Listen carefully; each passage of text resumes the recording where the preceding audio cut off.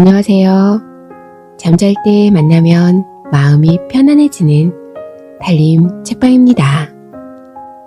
전통 옛것은 언제 만나도 반갑고 편안해지는데요. 옛것의 아름다운 기억이 우리에게 추억이겠죠. 오늘도 편안한 밤 행복한 꿈 꾸며 잘 자요. 구독과 좋아요는 영상 제작에 큰 힘이 됩니다. 방귀쟁이 며느리. 옛날 어느 집에서 며느리를 맞아들였어요. 며느리는 얼굴이 달덩이처럼 훤하고 몸집이 오동통했지요. 한마디로 복스러웠어요. 그런데 몇 달이 지나자 며느리 얼굴이 차츰 노래졌어요. 하루는 시아버지가 물었습니다. 얘야, 얼굴빛이 왜 그러느냐? 무슨 걱정이라도 있는 게냐? 며느리는 기어드는 목소리로 말했습니다. 아버님, 말 못할 사정이 있어서 그렇습니다. 도대체 무슨 사정이냐? 속 시원히 말해보아라.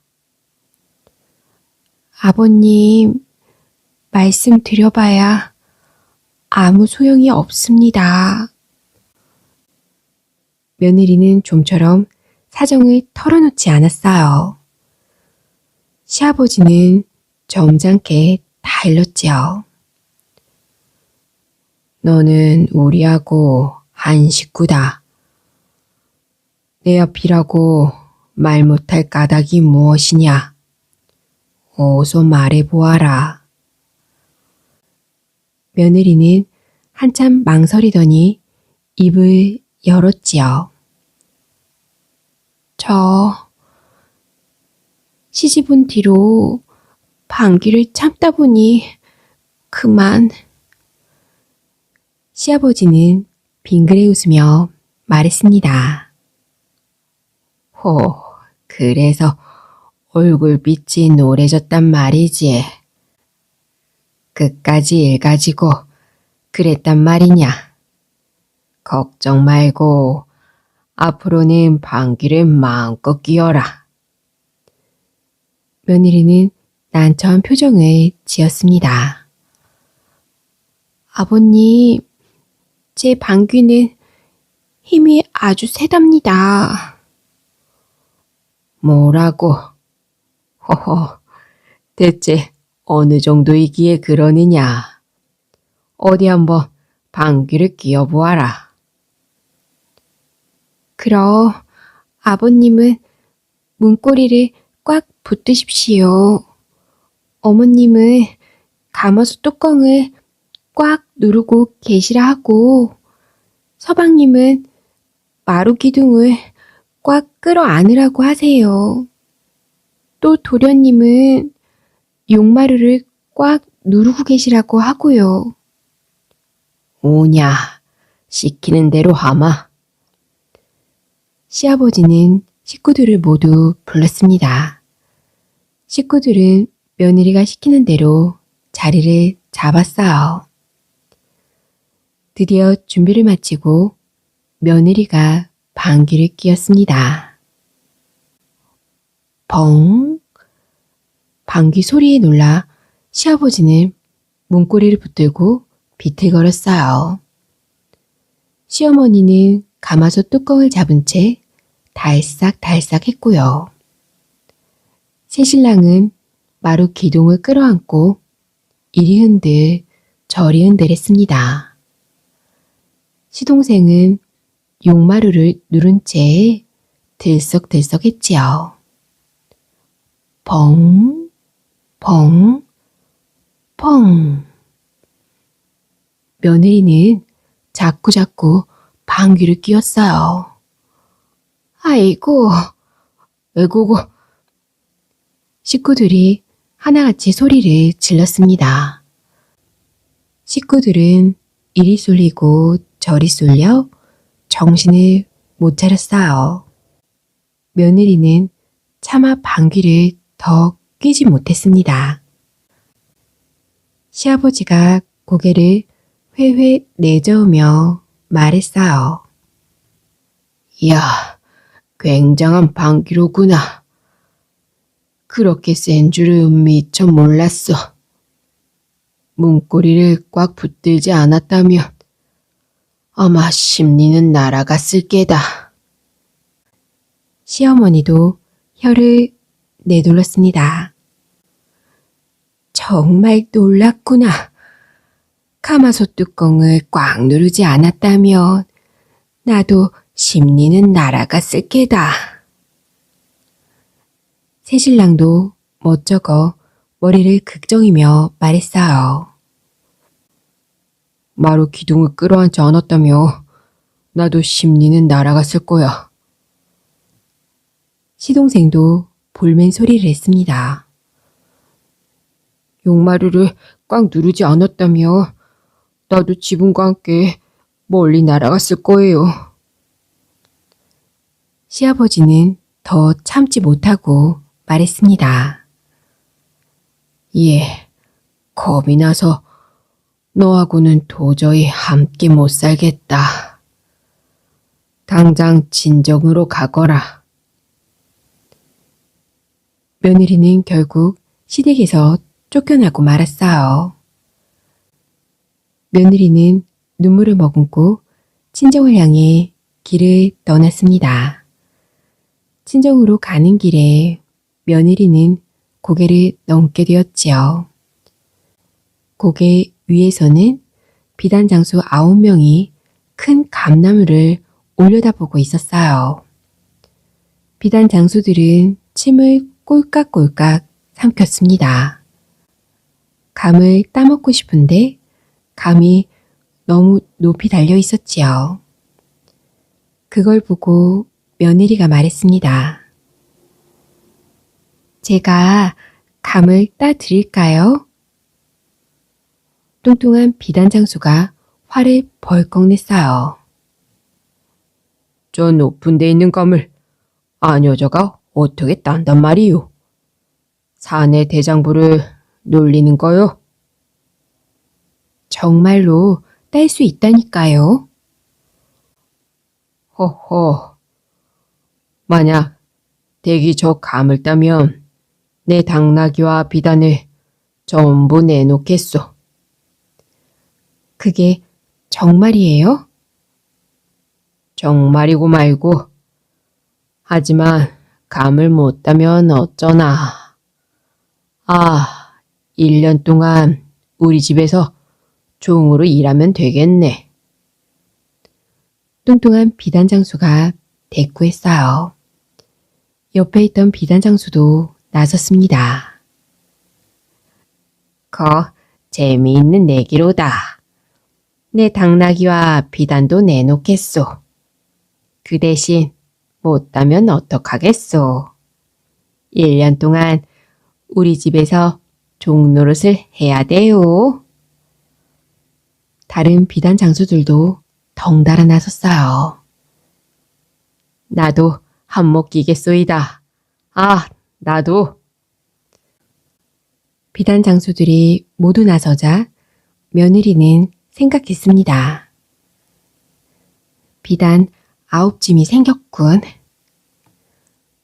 며느리는 새그머니 엉덩이를 감나무 쪽으로 내밀었습니다. 그러고는 배에 잔뜩 힘을 주었지요. 벙.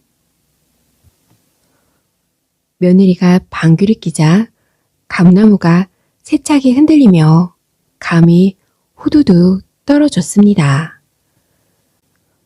비단 장수들은 입을 쩍 벌렸어요.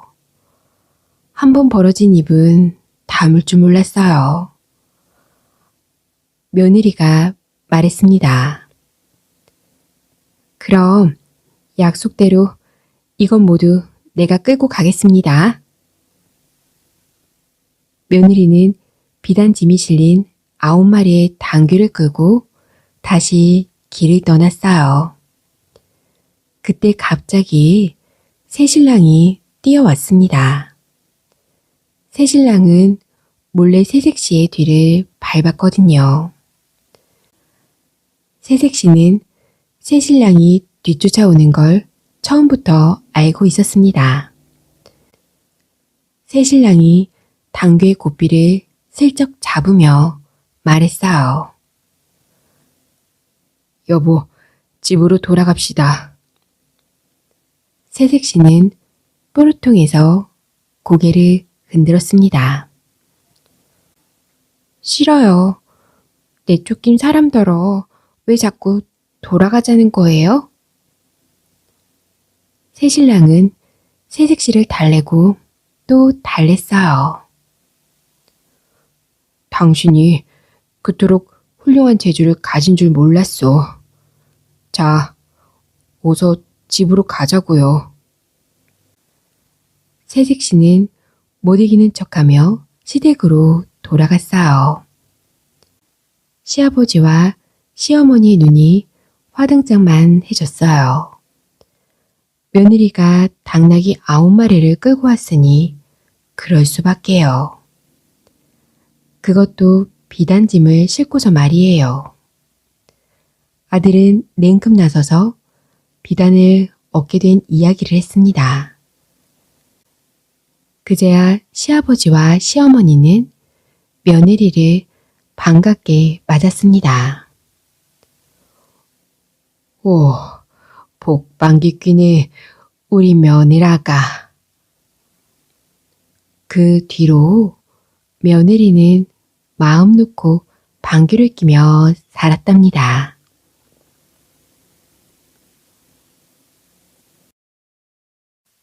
재치 있는 바보 아들.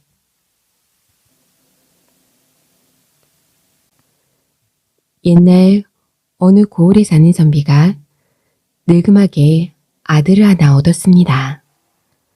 그런데 그 아들이 영락없는 바보였지요.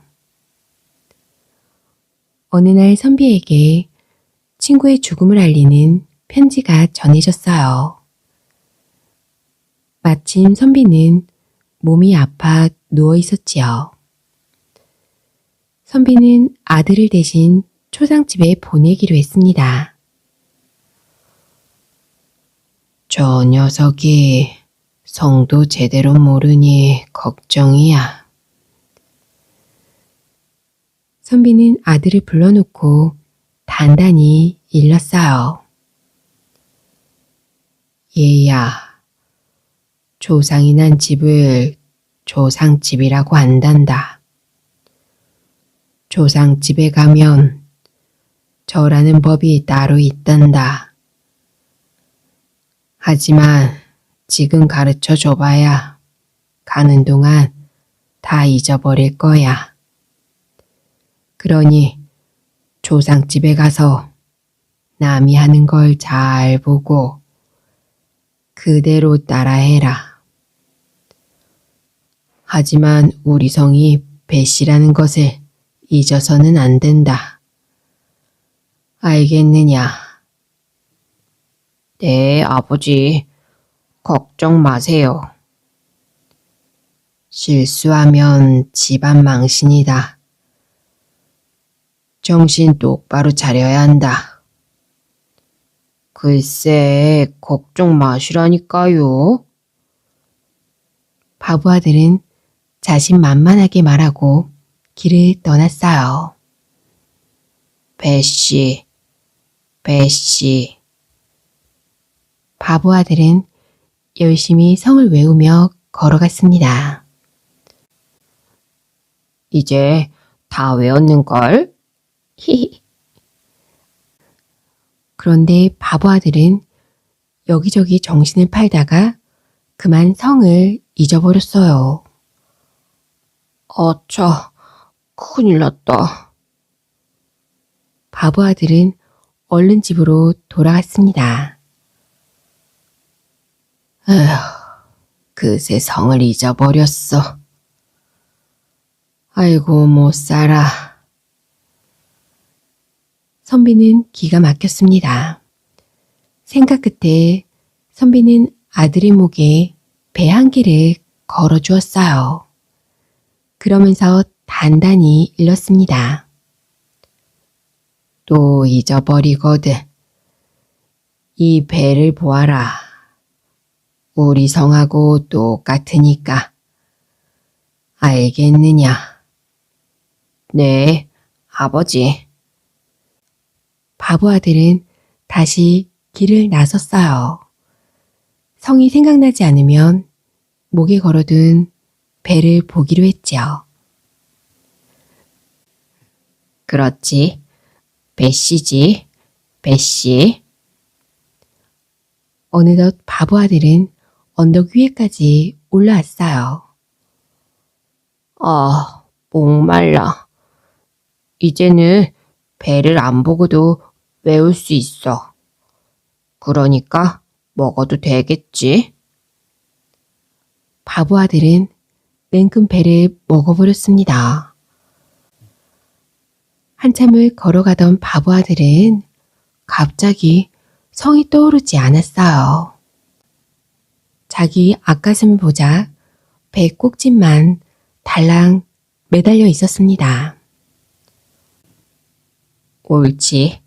내 성은 꼭짓이다. 꼭짓이.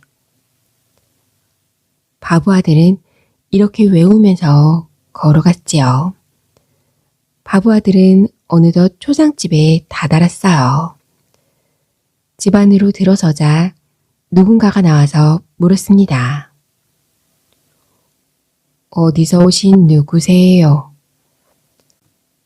바보 아들은 그만 말이 막혀버렸어요. 저는 고개 넘어.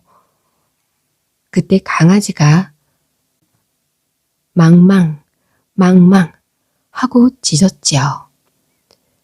바보 아들은 얼떨결에 말했어요. 망망씨네 집에서 왔습니다. 망망씨? 세상에 망망씨란 성도 다 있나? 그 사람은 고개를 갸웃하며 바보 아들을 빈소로 안내했어요. 바보 아들은 어찌할 줄 몰라 주춤거렸지요. 그때였습니다. 마침 한 할아버지가 문상을 왔어요. 할아버지는 빈소 앞에 꿇어앉아 향을 피웠습니다. 그러고는 술을 따르고 절을 했지요. 이윽고 할아버지는 상주에게 절을 하고 위로의 말을 했습니다. 자네 아버님도 일은, 나도 일은 서로 먼저 죽는다고 했었지. 그런데 결국 자네 아버님이 먼저 가시고 말았어. 바보 아들은 할아버지의 말을 귀담아 들었어요. 할아버지가 문상을 마치고 밖으로 나가자 바보 아들은 얼른 빈소 앞에 가서 무릎을 꿇었습니다. 그러고는 향을 피우고 술을 따른 뒤 절을 했지요. 이윽고 바보 아들이 상주에게 절을 하고 나서 말했어요. 자네 아버님도 일은, 나도 일은 서로 먼저 죽는다고 했었지. 그런데 결국 자네 아버님이 먼저 가시고 말았어. 바보 아들은 할아버지가 말한 그대로 했어요. 바보의 말을 들은 상주는 어이가 없었죠. 하지만 큰 소리 칠 수도 없어 점잖게 다 일렀습니다. 이봐요, 젊은이. 그러면 못 써요. 바보 아들은 곧 자기가 실수했다는 것을 깨달았습니다. 하지만 창피를 당한 것이 분해서 집으로 돌아가지 않고 뜰에 나가 서성거렸지요.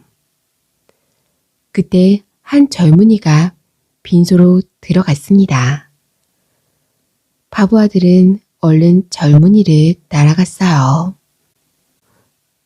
빈소 한쪽 구석에 서서 젊은이가 어떻게 하나 지켜보았지요. 젊은이는 빈소에 향을 피우고 술을 따르고 절을 했습니다. 그러더니 상주에게 인사말을 했어요. 바보 아들은 한마디도 놓치지 않으려고 귀를 기울였지요. 뜻밖의 일을 당하여 뭐라 위로의 말씀을 드려야 할지 모르겠습니다. 바보 아들은 젊은이 말을 속으로 단단히 외웠습니다. 젊은이가 물러나자 바보 아들은 얼른 상주에게 다가가 다시 절을 했어요. 그리고 인사말을 했습니다. 뜻밖의 일을 당하여 뭐라 위로의 말씀을 드려야 할지 모르겠습니다. 바보 아들은 자신 있게 고개를 들었지요. 상주는 성난 얼굴로 말했습니다. 이봐요. 처음부터 지금처럼 인사를 했어야지요. 아까는 무슨 마음을 먹고 나를 놀린 거예요. 바보 아들이 배를 내밀며 말했습니다. 허허, 아까는 제가 우리 아버지 대신 한 말이에요. 이번에는 돌아가신 친구 아들로서 인사한 거고요. 그런데 뭐가 잘못되었나요? 말을 듣고 보니 과연 그럴듯했습니다. 상주는 바보 아들에게 정중히 사과했지요. 그러셨군요.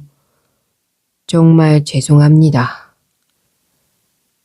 바보 아들은 어깨를 으쓱이며 초상집에 나섰습니다. 조상집에 다녀오는 거 별것 아니네. 뭐, 아버지 인사말하고 내 인사말만 잘 외워두면 그만 아니야? 바보 아들은 이렇게 중얼거리며 집으로 돌아왔답니다.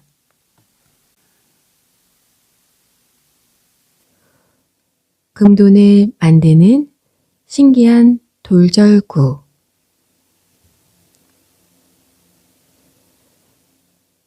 옛날 어느 마을에 몹시 사이가 나쁜 형제가 있었습니다. 형제는 한 집에 살면서 밥도 따로 먹고 잠도 떨어져서 잤지요. 또 산에 나무를 하러 가거나 장이 나무를 팔러 갈 때도 함께 가지 않고 따로 갔습니다.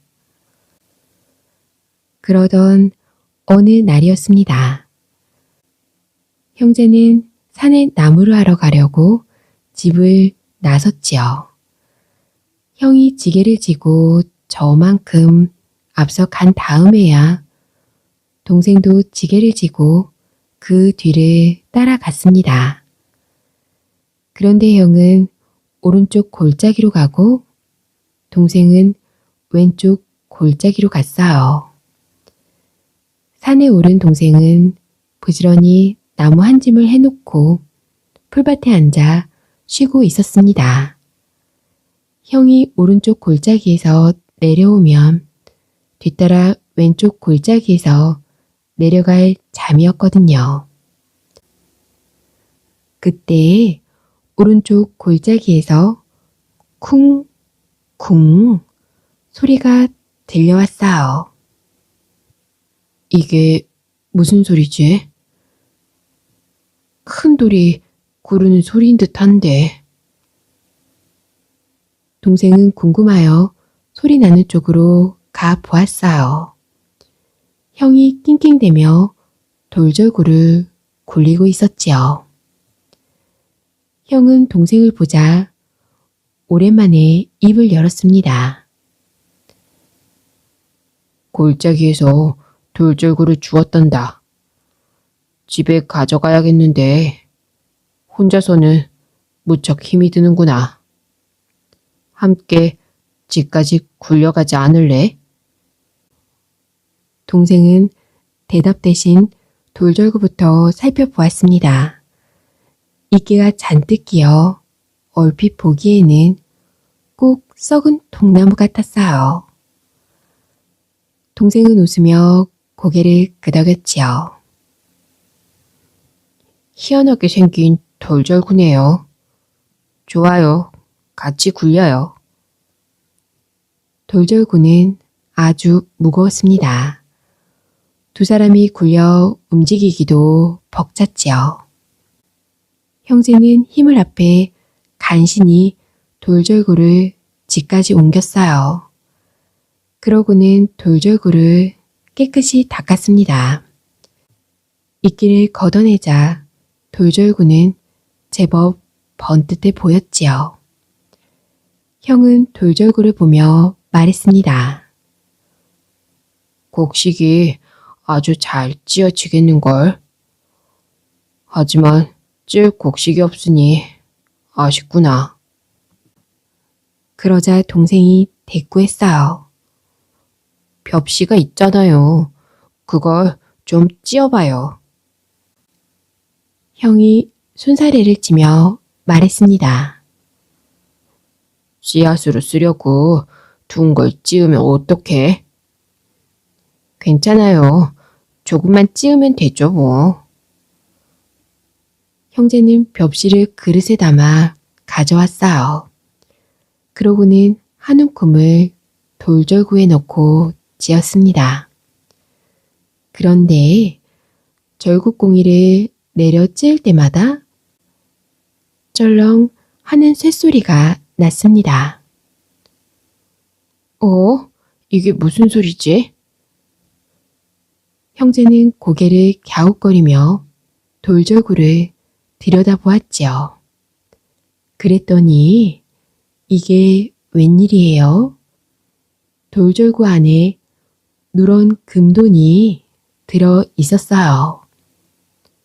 형제는 눈이 휘둥그레졌어요. 세상에 이럴 수가. 형, 정말 신기해요.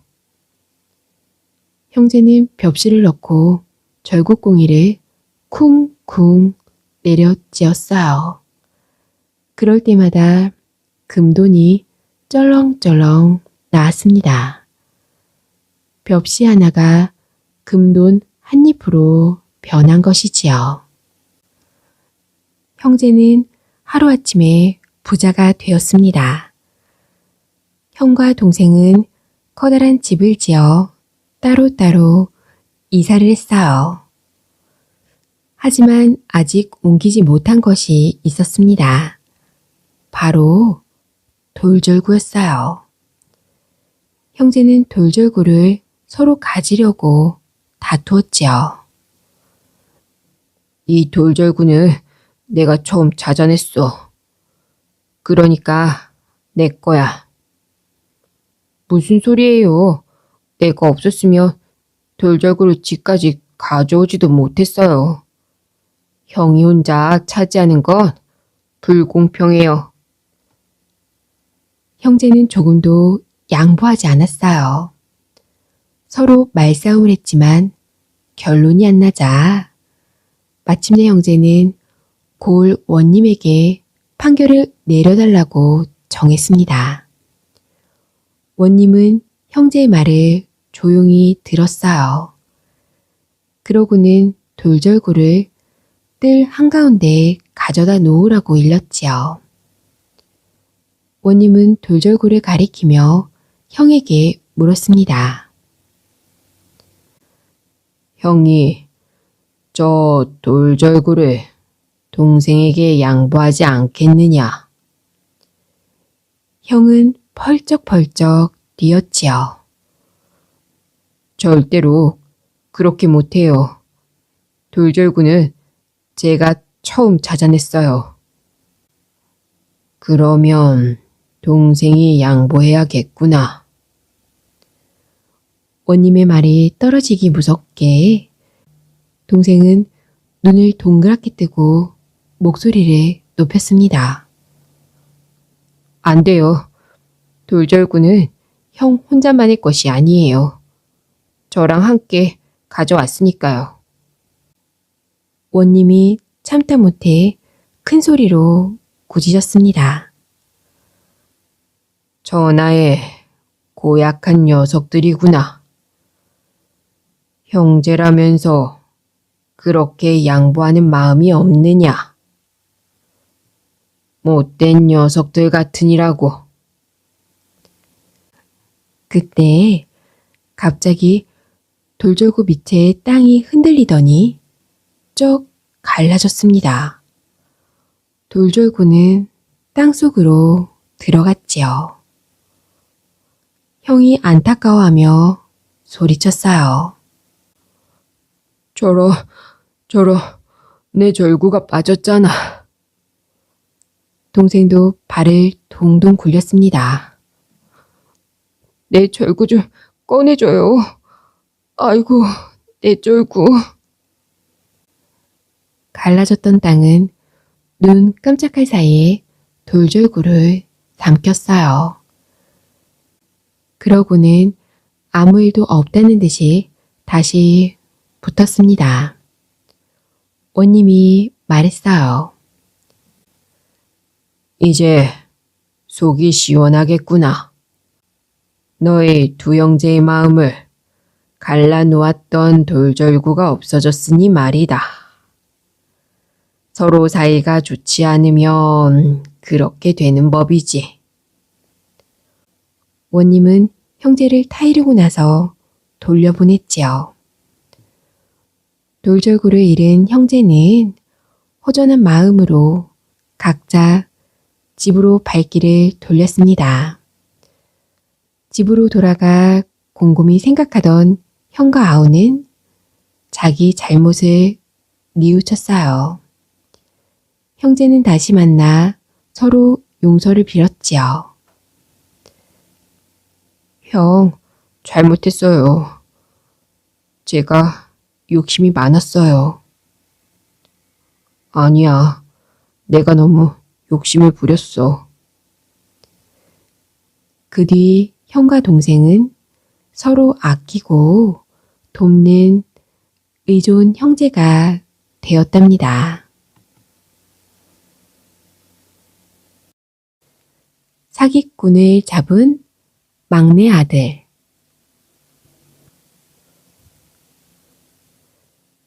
옛날 어느 고을에 큰 한약국이 있었습니다. 고을 사람들은 귀한 산삼이나 약초를 한약국에 내다 팔았지요. 모두 산에서 캐거나 밭에서 기른 것들이었습니다. 한약국 주인은 약초를 싸게 사들였어요. 그랬다가 값이 오르면 다른 한약국에 비싸게 팔았지요. 그리하여 많은 재산을 모을 수 있었습니다. 그러던 어느 날 낯선 사람이 한약국을 찾아왔어요. 말 대여섯 마리를 끌고 왔는데 말 잔등에는 커다란 자루가 실려 있었습니다. 약초를 발라온 사람이군. 한약국 주인은 말 잔등에 실린 자루를 보고 흐뭇한 미소를 지었지요. 어서 오세요. 약초를 파시려고요. 무슨 약초를 가져오셨나요?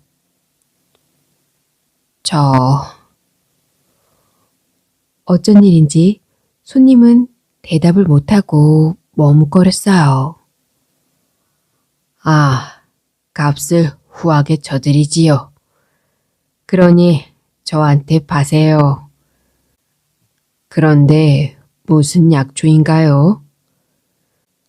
손님은 자루에서 인삼 한 뿌리를 꺼내 보였어요. 아주 크고 오래 묵은 인삼처럼 보였습니다. 한약국 주인은 감탄했지요. 오, 썩 좋은 인삼이로군요. 네, 저 자루들 속에 이런 인삼이 잔뜩 들어 있습니다. 허허, 대단한 부자로군요. 그러면 값을 말씀해 보세요. 한약국 주인은 인삼이 몹시 탐이 났습니다.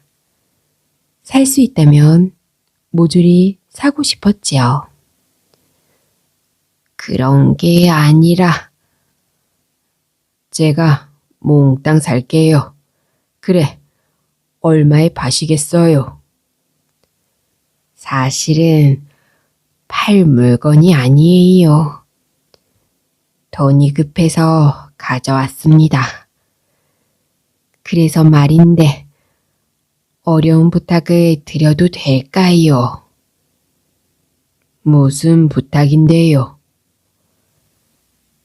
이걸 맡기고 돈 좀 빌려 쓸 수 있을까요? 한약국 주인은 어이가 없었습니다.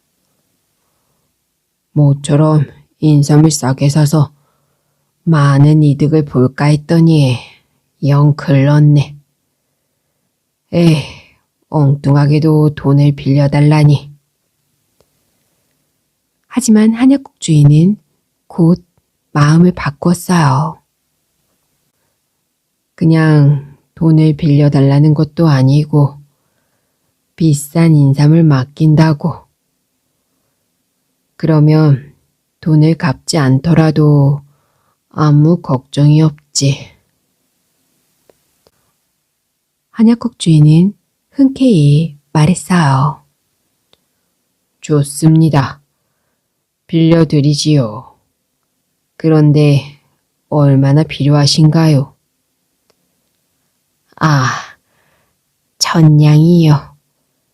값이 오르면 인삼을 팔아서 꼭 갚을게요. 1000냥이라고요? 그렇게 많은 돈을. 한약국 주인은 한참 망설였어요. 하지만 말 잔등에 실린 자루들을 다시 훑어보고 웃으면서 말했습니다. 좋아요. 그 대신 갚을 때에는 이자까지 져 주셔야 합니다. 네, 물론이지요. 제가 돌아올 때까지 인삼을 잘 보관해 주세요. 걱정 마세요. 이래봬도 믿음 하나로 장사하는 걸요. 한약국 주인은 온 집안의 돈을 모아 손님에게 건네주었어요. 자, 1000냥입니다. 고맙습니다. 다음에 또 뵙지요.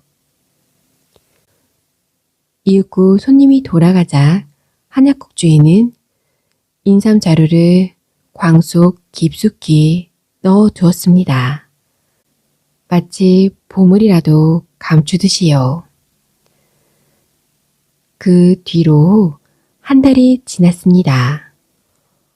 하지만 돈을 빌려간 인삼 주인은 나타나지 않았어요. 한약국 주인은 이상한 생각이 들었습니다. 하지만 걱정은 하지 않았지요. 맡아놓은 인삼의 값어치가 4~5천냥은 너끈히 되었으니까요. 그로부터 또 한 달이 지났습니다.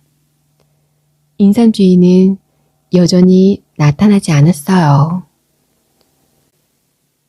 이거 정말 이상한데. 한약국 주인은 급히 광으로 달려갔습니다. 인삼 뿌리를 꺼내 이리저리 살펴보고 잘근잘근 씹어도 보았지요. 순간 한약국 주인은 얼굴이 새파랗게 질렸어요. 이것은 인삼이 아니라 백도라지잖아. 자루를 죄다 풀어보았지만 그 안에 들어있는 것은 백도라지뿐이었어요. 세상에, 이럴 수가. 한약국 주인은 그 자리에 털썩 주저앉고 말았습니다. 그놈이 백도라지를 인삼이라고 속였구나. 아이고, 이 일을 어쩌면 좋아. 알고 보니 처음에 내보인 인삼만 진짜였습니다. 나머지는 모두 백도라지였지요. 그런 사실도 모르고 한약국 주인은 욕심이 앞선 나머지 돈 1,000냥을 사기꾼에게 선뜻 내주었던 것입니다. 그날로 한약국 주인은 자리에 알아 누웠지요. 눈앞에서 1,000냥 꾸러미가 왔다 갔다 했습니다. 막내 아들이 걱정스러워 아버지에게 물었어요. 아버지, 도대체 무슨 일로 그리 걱정하세요? 하도 기막힌 일을 당해서 한숨밖에 안 나오는구나.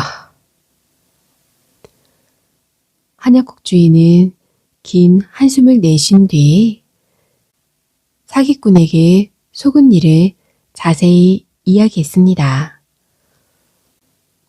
막내 아들은 까만 눈동자를 또록또록 굴리며 생각해 보더니 환하게 웃으며 말했지요.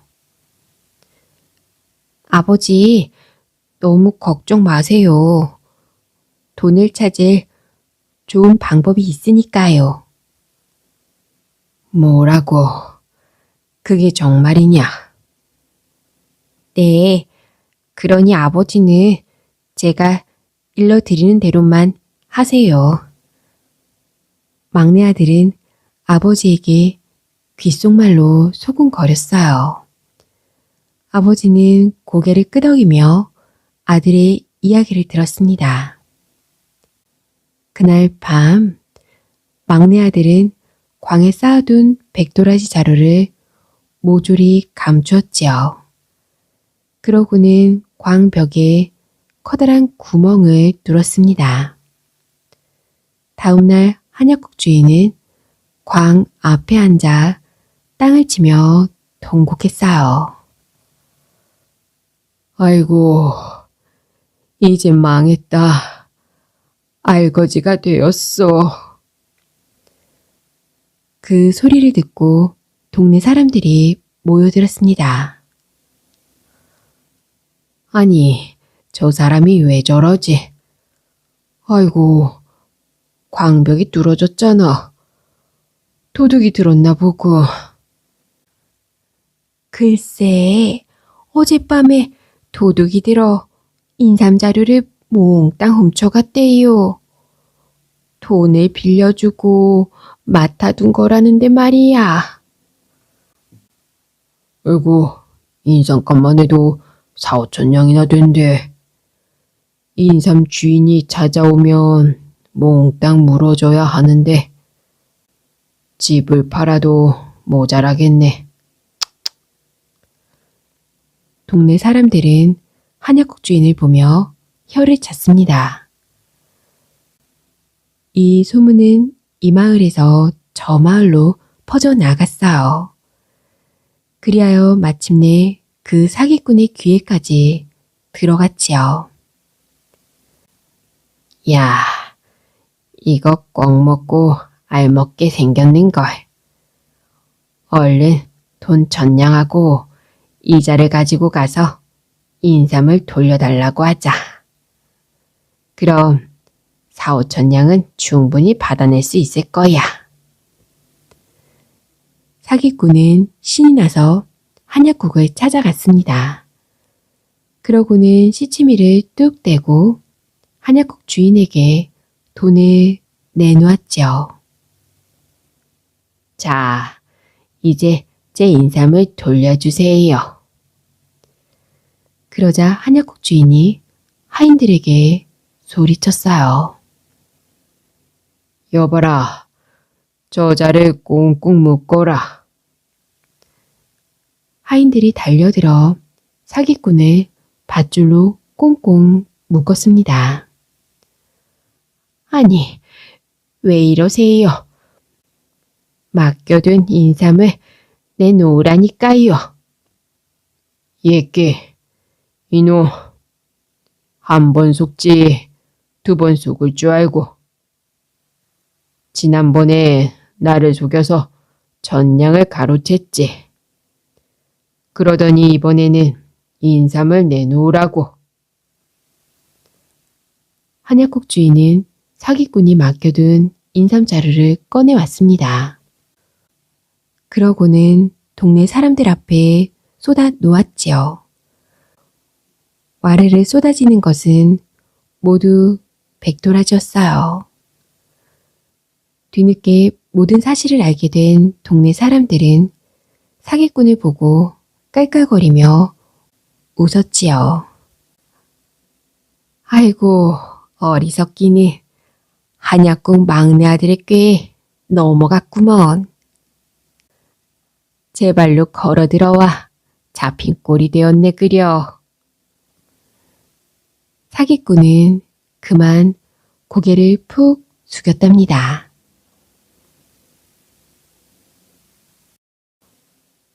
토목공이 구두쇠와 자린고비 사돈.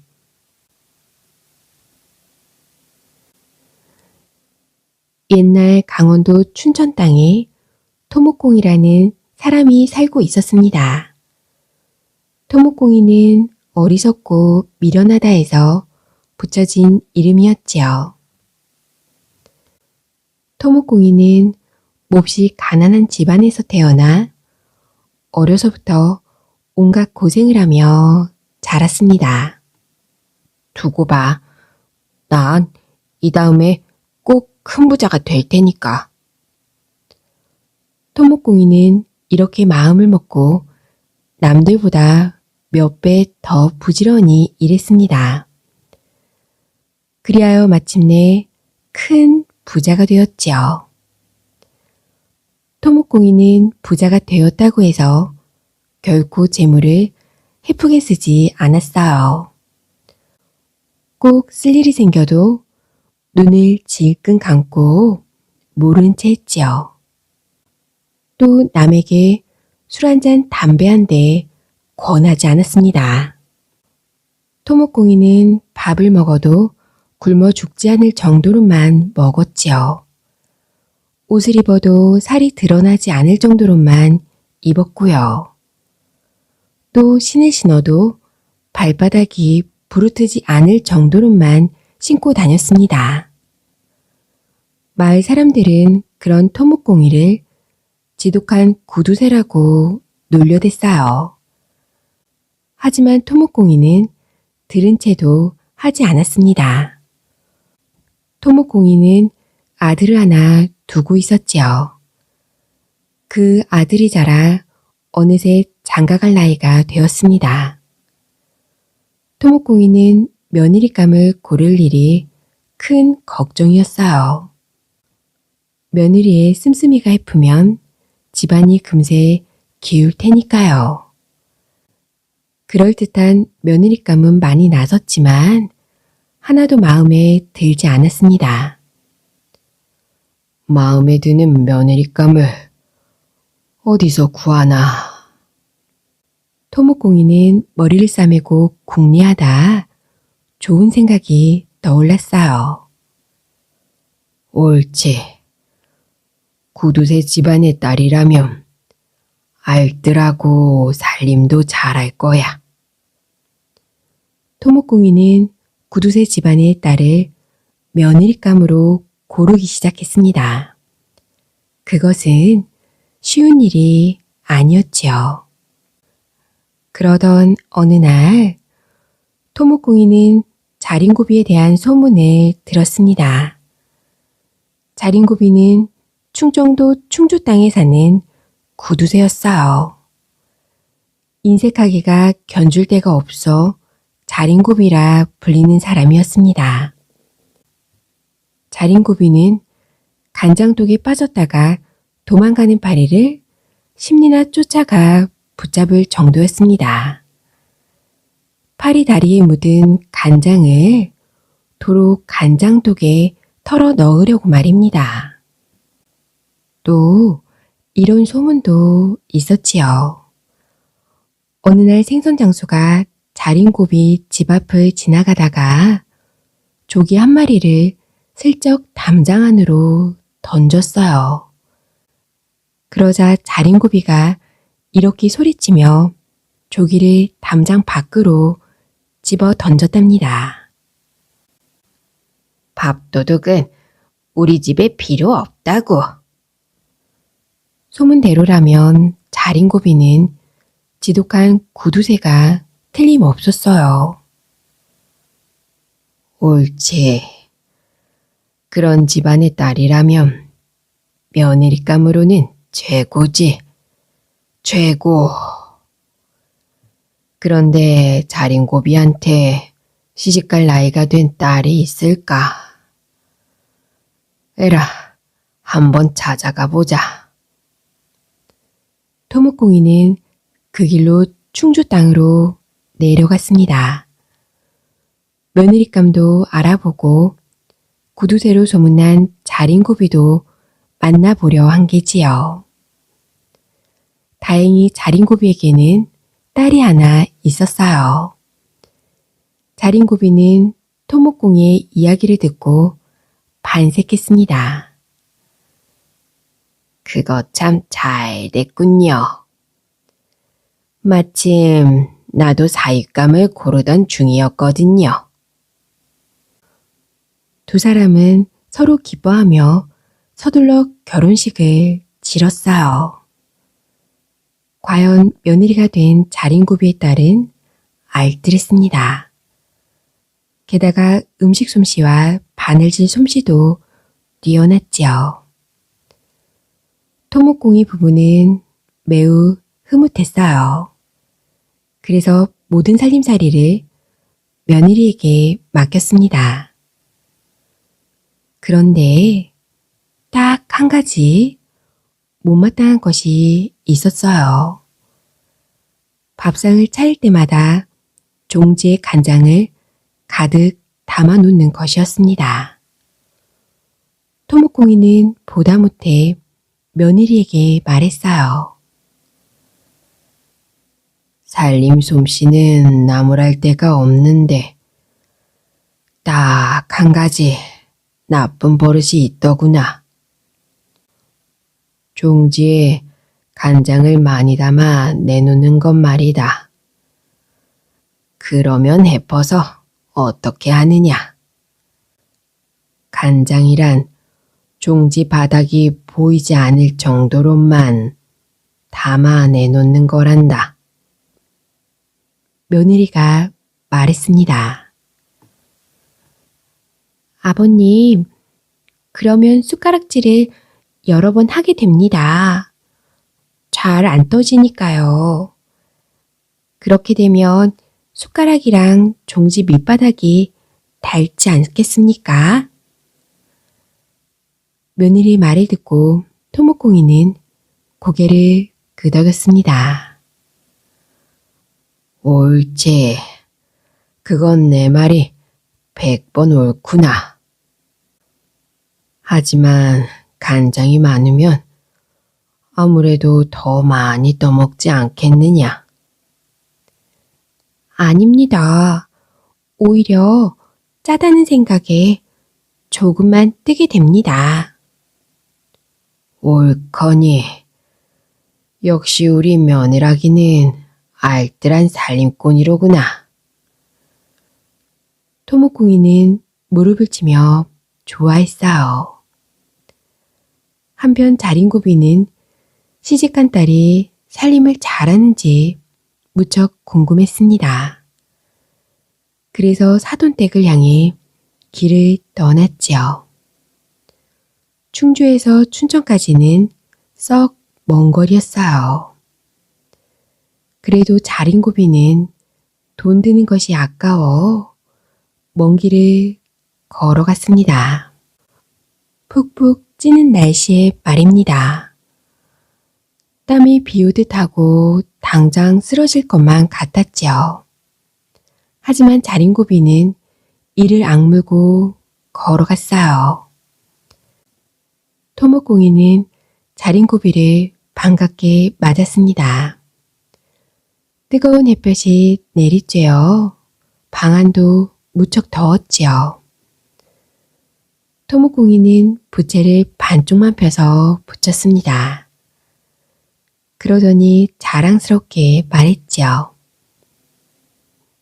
나는 부채 안 하면 10년은 넘겠습니다. 이렇게 반쪽만 펴서 붙이는데 반쪽이 해지면 나머지 반쪽을 펴서 붙이지요. 자린고비는 혀를 찼습니다. 사돈께서는 물건을 헤프게 쓰시는군요. 부채를 겨우 10년밖에 못 쓰시다니. 자린고비는 부채를 활짝 폈어요. 그러고는 머리를 대고 좌우로 흔들었습니다. 이러면 부채 하나를 가지고도 평생을 쓰지요. 힘은 좀 들지만 다를 염려가 없으니까요. 토목고기는 입을 쩍 벌렸어요. 과연 사돈께서는 알뜰하시군요. 두 사람은 절약에 대해 이런저런 이야기를 나누었어요. 하지만 번번이 자린고비가 한 수 위였지요. 때마침 자린고비의 딸이 밥상을 차려왔습니다. 토목공이는 마음을 놓았습니다. 자기 딸이 차린 밥상이니 흠잡을 데가 없겠지. 하지만 자린고비는 반찬을 쭉 훑어보고 한숨을 내쉬었지요. 사돈어른, 용서해 주세요. 제가 딸을 잘못 가르쳤습니다. 이렇게 살림을 헤프게 하다니 정말 부끄럽습니다. 토목공이는 어리둥절해서 자린고비에게 물었지요. 아니, 뭘 그리 언짢아 하세요? 대체 뭐가 잘못되었나요? 자린고비가 밥상을 가리키며 말했어요. 비싼 조기를 통으로 한 마리 다 상에 올리다니요.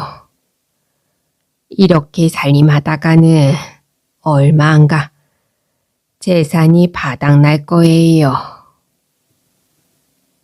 모처럼 사돈이 오셨기에. 아닙니다. 손님이 왔다고 생활이 달라져서야 되나요? 어렵게 모은 재산인데 헤프게 써서는 안 되지요. 그야 물론이지요. 그러니 이제부터는 조기도 딱 한 마리만 사세요. 그리고 그걸 소금에 아주 짜게 절여서 천장에 매달아 놓으세요. 그런 다음 밥 한 술 뜰 때마다 한 번씩 쳐다보세요. 그러면 아이고 그놈 짜구나 싶어 밥이 절로 넘어갈 테니까요. 또 생선 장수가 오면 생선을 고르는 척 하세요. 그러면서 두 손에 잔뜩 생선 비린내를 묻히시고 그런 다음 큰 솥에 물을 붓고 손을 씻어 끓여보세요. 아주 구수한 생선국이 될 테니까요. 토목공이는 자린고비의 말을 듣고 혀를 내둘렀습니다. 과연 사도는 알뜰하세요. 저도 내노라 하는 구두쇠지만 사돈께는 정말 못 당하겠습니다. 두 사람은 마주보며 껄껄 웃었답니다.